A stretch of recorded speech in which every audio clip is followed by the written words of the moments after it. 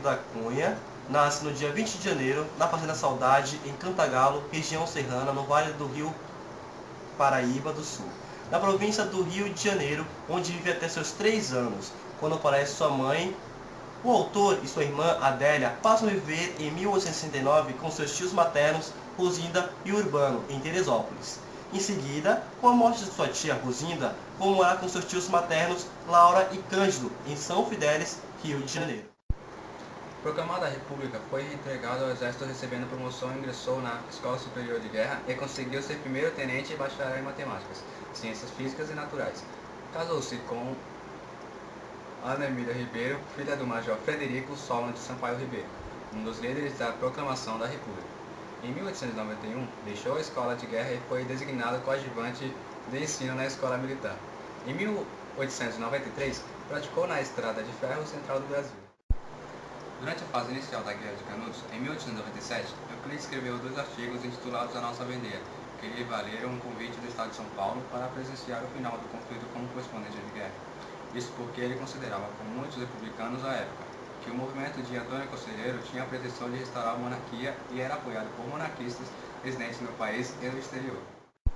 Em Canudos, Euclides adota um jaguncinho chamado Ludígiro, a quem se refere em sua caderneta de campo. Fraco e doente, o menino é trazido para São Paulo, onde Euclides o retrata a seu amigo e educador Gabriel Prestes.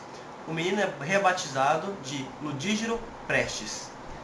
Em seguida, Euclides deixou Canudos 4 dias antes do final da guerra, não chegando a presenciar o deslance final, mas conseguiu reunir material suficiente para, durante 5 anos, elaborar Os Sertões. Campanha de Canudos de 1902. Os Sertões foi escrito nos raros intervalos de folga de uma carreira fatigante, visto que Euclides se encontrava em São José do Rio Pardo, liderando a construção de uma ponte metálica. O livro trata de uma campanha de Canudos em 1897, no nordeste da Bahia. Nesta obra, ele rompe por completo com suas ideias anteriores e preconcebidas, segundo as quais o movimento de Canudos seria uma tentativa de restauração da monarquia, comandada à distância por monarquistas. Percebe que se trata de uma sociedade completamente diferente da litorânea. De certa forma, ele descobre o verdadeiro interior do Brasil, que mostrou ser muito diferente da representação usual que ele se tinha. Euclides se tornou internacionalmente famoso com a publicação dessa obra-prima, que lhe valeram vagas para a Academia Brasileira de Letras, ABL, e Instituto Histórico e Geográfico Brasileiro, IHGB. Divide-se em 3 partes: a terra, o homem e a luta. Nelas, Euclides analisa, respectivamente, as características geológicas, botânicas, zoológicas e hidrográficas da região, a vida, os costumes e a religionalidade sertaneja, enfim. Narra os fatos ocorridos nas 4 expedições enviadas no Arraial, liderado por Antônio Conselheiro. Obrigado, Luan. Agora iremos falar um pouco sobre o ciclo de Canudos. Em agosto de 1904, Euclides foi nomeado chefe da Comissão Mista Brasileiro-Peruana, no reconhecimento dos Altos Puros, com o objetivo de cooperar para a demarcação de limites entre o Brasil e o Peru. Esta experiência resultou em sua obra póstuma A Margem da História, onde denunciou a exploração dos seringueiros na floresta. Ele partiu de Manaus para as nascentes dos rios Puros, chegando adoentado em agosto de 1905, dando continuidade aos estudos de limites. Euclides escreveu o ensaio Peru versus Bolívia, publicado em 1907. Escreveu também, durante esta viagem, o texto Judas as Versos, considerado um dos textos mais filosóficos e eticamente aprofundados de sua autoria.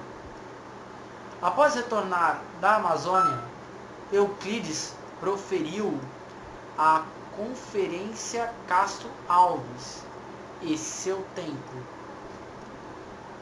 Prefaciou os livros Inferno Verde, de Alberto Rangel, e Poemas e Canções, de Vicente de Carvalho.